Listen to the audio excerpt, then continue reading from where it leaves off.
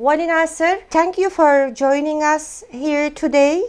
It is a great honor to have you in Cumhuriyet TV's platform today. We have a lot to cover. Thank you. Thanks. Good to be with you. Thank you. So I was going to ask you if there is a united stance in Washington, because there were these maximum pressure hawks versus more moderate ones. And Trump was closer before to the moderate ones. And as you said, he said that the nuclear program of Iran was obliterated. And also, actually, the proxy is now a bit out of the picture, right? With the regime change in Syria and Hezbollah being targeted. So what happened? We don't see any evidence of a policy process. In other words, let's say if you compared it to Iraq with 2003, 9/11 happened, then they began to build a case for months and months about why Saddam needed to be removed. They made that case about alleged nuclear activity in Iraq. So you saw a process that was built from below and gradually became formal US policy. And then it was only up to the president to basically execute it. Right now, there hasn't been a policy process. The administration, and even at a State of the Union, the president did not make a case for war. He did not. Yes, he said Iran is a bad actor, they do these things, etc., but they did those things before as well. Why all of a sudden the United States needs to go into an expensive, dangerous, risky war with Iran? The case has not been made. He personally, which put war on the table, and as a result, there is no policy justification. Now, it's possible that in his mind, he thinks that there are scenarios where war can be really easy, like in Venezuela, or like when he bombed Iran in June. The total amount of America's involvement in the June war with Iran was 45 minutes. So the United States sent bombers, they destroyed Iran's nuclear facilities and went home. So maybe he thinks that something like that would happen, but he hasn't made a case for why the United States should risk a much larger regional war. I don't think it's even evident to the leadership of Iran's neighbors, Turkey included, the Gulf countries who are very close allies of the United States, what is exactly the case for war here. He has not made the argument about why such a risky war is necessary. What is Iran doing today compared to 6 months ago, compared to a year ago, that necessitates the risks that he's willing to take? You said that, Tehran will not back up, and maybe the targets will not be empty buildings, as you said. And I think the president has backed himself into a corner. And I think Iran has also now this time indicated that they're going to do everything possible to raise the cost on America, that they're not going to be responding by sending missiles into empty buildings in Qatar or in Iraq, that they actually will fight back. I don't know how much he knows about Iran, but Iran is a 92 million people. It's a very, very large country. Its capital city is 2 mountain ranges and about 2,000 kilometers away from the nearest port. And yes, the United States can bomb Iran from the air, but then if the Iranians retaliate, there's going to be cost on the United States. And I think even the evidence from the June war suggests that you cannot dismiss Iranian retaliation as being irrelevant. Yes, Iran was battered much more by Israeli attack, but it did hit Tel Aviv and Haifa and many other sites, and it did incur damage. And I think the Gulf countries, American military, etc., are very worried about a much larger, messier war. And so the whole system is getting ready to fight. And I think they've come to a conclusion that the only way in which they will change America's calculations is on the battlefield, not at the negotiating table. Because at the negotiating table, they're not going to get anything. Even if they sign a deal, America is not going to lift sanctions on Iran. And even if they sign a deal, America is not going to, or Israel are not going to give up on attacking Iran anytime they want. And so the only way Iran is going to get out of the corner that it's in Khamenei's mind, in the leadership's mind, is now to change the calculation in Washington. And the only way you're going to change the calculation is at the battlefield. So they're getting ready for war, not because they want war, but because they think war is coming anyway. And I think they've concluded that this time, the only way they're going to get something out of this is that if the war also puts some cost on America, especially on a president who thinks that, wars are cost-free. You could remove a leader in Venezuela. You could impose tariffs on countries. There's no cost to America in a way. And so I think that's the mindset. So what are the objectives? So he went from regime change. He went from nuclear to regime change back to nuclear. Back to nuclear. But I think the Iranians believe that the objective is regime change, because the nuclear argument right now does not make sense, given that Iran's nuclear program was massively battered in June. Where we are is the end of a 47-year period of animosity and antagonism, right? In the early years, it was anti-Americanism, the hostage crisis, conflict in Lebanon, then it was Iraq, then it was Syria, then it was Iran's nuclear program. And so partly the issue is not that Iran is not pro-US, but Iran has positioned itself as being anti-American. And also the other important issue is that at least in the past 2 decades, it has become increasingly, it has always been anti-Israeli, but its competition with Israel, its confrontation with Israel has become more aggressive and more accentuated.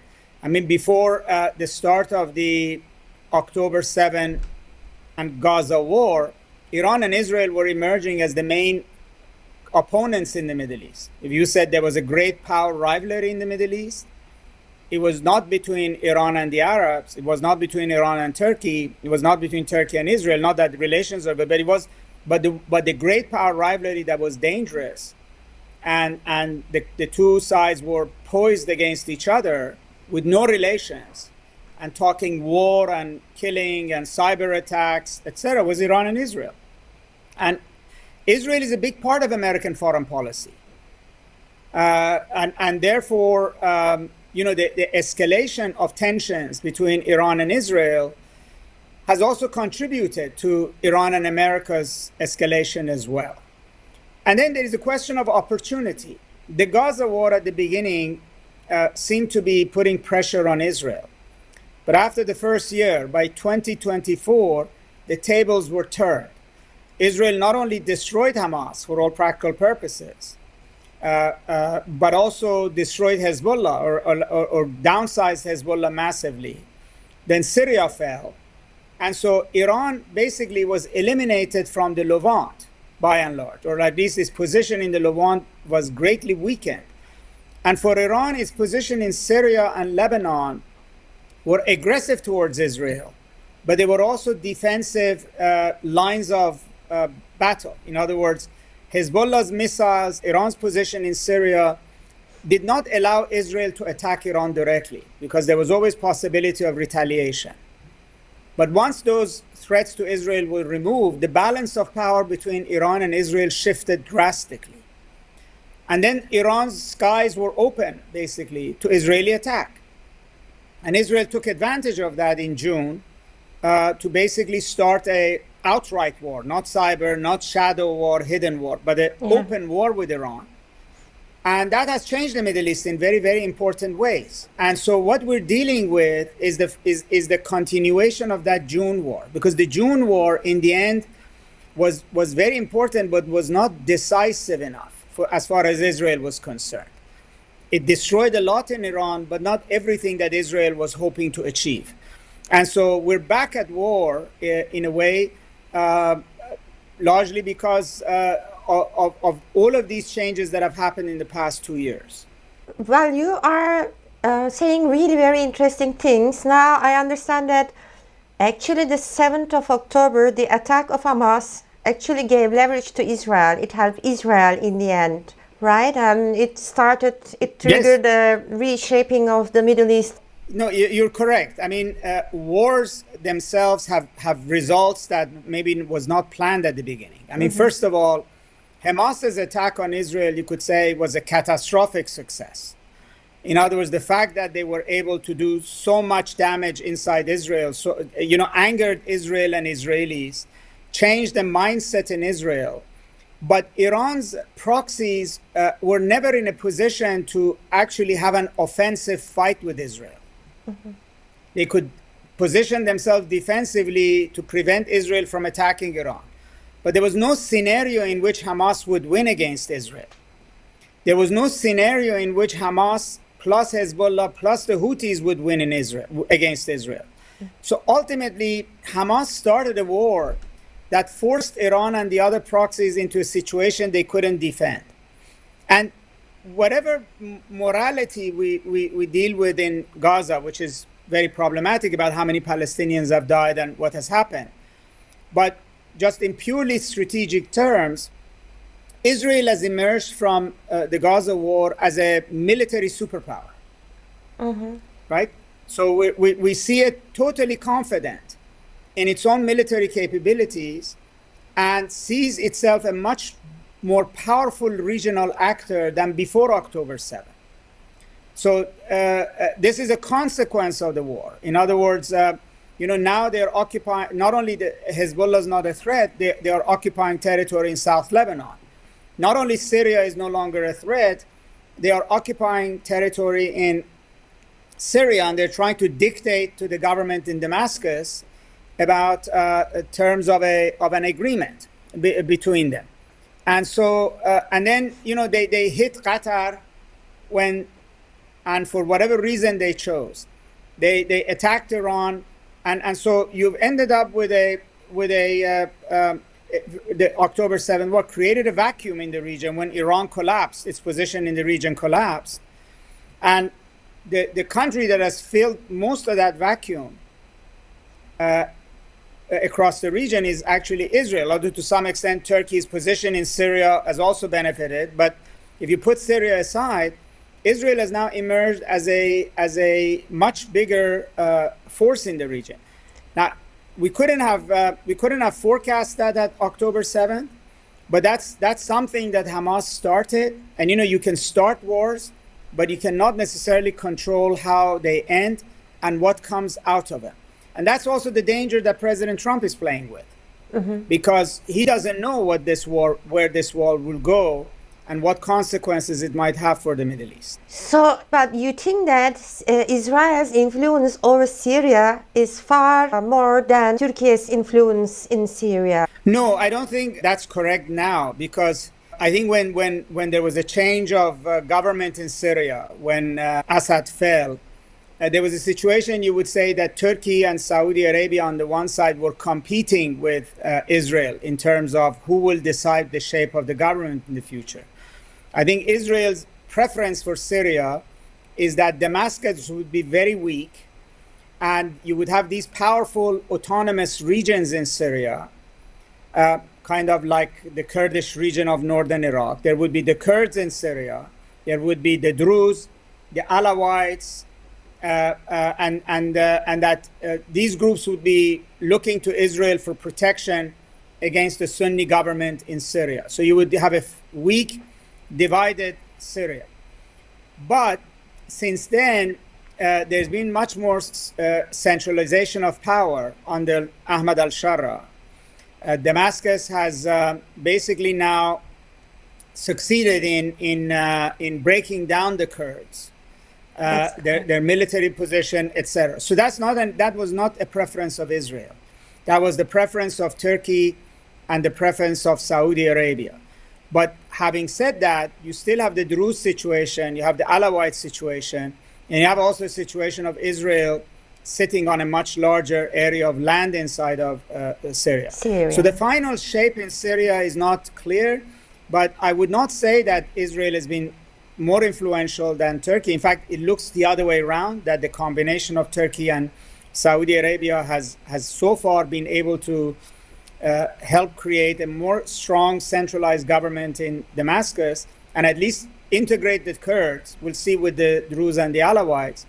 But what we're seeing in Syria is the competition of regional great powers for deciding the shape of Syria. And the one country whose name is we don't hear in Syria at all is the one that was the only power broker before, which is Iran. And that is basically symbolic of the rest of the Middle East as well. Iran is being taken out of the picture in a sense. I mean, that is the plan maybe. And Turkey. Well, it's a consequence. It's a consequence. I don't think anybody could have planned it on October 7th, 2023. Mm-hmm. But now, yes, Israel wants Iran gone from Lebanon. The Saudis want Iran gone from Lebanon. So the consequence of the Gaza war was not just the destruction of Gaza and what has happened to the Palestinians. The consequence of the Gaza war was the elimination of Iran's position, or at least the severe weakening of Iran's position in the Levant, and a massive shift in the balance of power in the region. So the consequences are much larger than the Palestinians themselves. Even this war with Iran right now that we're talking about is an outcome of the Gaza war. There would not have been an Israel-Iran war in June of 2025 if October 7, 2023 had not happened. And there would not be right now a war with America if October 7th had not happened. It led to the reshaping of the whole Middle East, I think. The 7th of October attack of Hamas.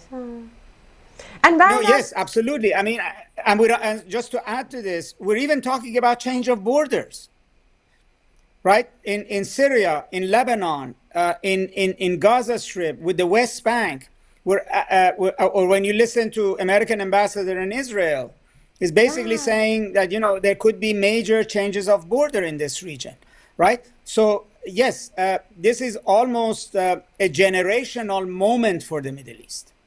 Once in a generation moment for the Middle East. And when Hamas attacked Israel, nobody could have forecast that this would be the consequence. So why does Turkey stand in all these equations? Could you also comment on Turkey's position? Because it had a different relation with Iran. Both a rivalry, but also cooperation in the region. Right. I mean, every country in the region at this moment is looking at what is its national interest. And Turkey's national interest, and I don't want to speak for Turks, etc., but at least Turkey does not benefit from a collapsed Iran for some very obvious reasons. Whatever rivalry and problems they have with the Islamic Republic over Azerbaijan, Zangezur corridor, other sets of issues, they have disagreed in Syria in the past. They've had disagreed in Iraq. These are all there. But a collapse of Iran under a war threatens large numbers of refugees going to Turkey, right? I mean, and that's not to Turkey's benefit. I mean, Turkey is still dealing with the Syrian refugee issue, politically, economically, just strategically. Secondly, it opens questions about the future of Iran's Kurdish regions.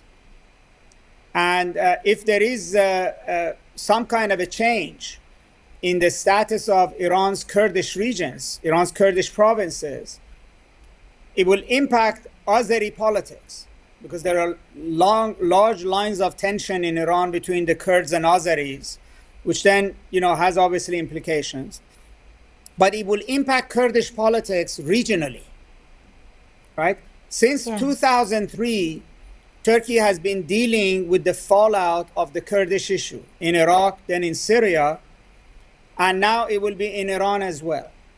And also you would say that who most in the region will benefit from the disappearance of Iran from the power equation? That one country who has most to gain from Iran's disappearance is right now the rival of Turkey and Saudi Arabia and most of the Gulf, and that's Israel. And that's why we are hearing conversations like a Pakistani-Saudi strategic defense alliance, which Turkey for a period of time talked about joining. But this suggests that every country in this region, major powers, Turkey, Saudi Arabia, also have to react to the new reality. The Islamic Republic with which they had a problem is the old Islamic Republic. Policymakers don't continuously look at in the back to try to, build policy based on what was yesterday. They have to build their policies based on what is tomorrow. Iran of today is not the Iran of 2023. And so for Turkey, there is a lot at stake in what happens between US and Iran. At the regional level and at levels that impact Turkey's own policies in very direct ways. Netanyahu talked about radical Shia elements against the radical Shia elements and emerging radical Sunni elements. Why emerging radical Sunni elements? I don't understand. And why already radical Shia elements? Why is Iran such a big threat for Israel, and why Sunnis is emerging threat? Well, Iran's been the old threat, and this use of the word radical is more political than strategic. In other words, what you're hearing from Netanyahu is that Iran is a declining problem. It's not finished, but it's a declining problem. Turkey and the Sunni world are a rising problem, right? Because Israel also understands, as we were saying, that who fills the vacuum that Iran is leaving behind in Lebanon, in Syria, across the region. It would be either Israel and its allies, or it would be a combination of Turkey and powerful Arab states, Turkey, Egypt, Saudi Arabia, Qatar, right?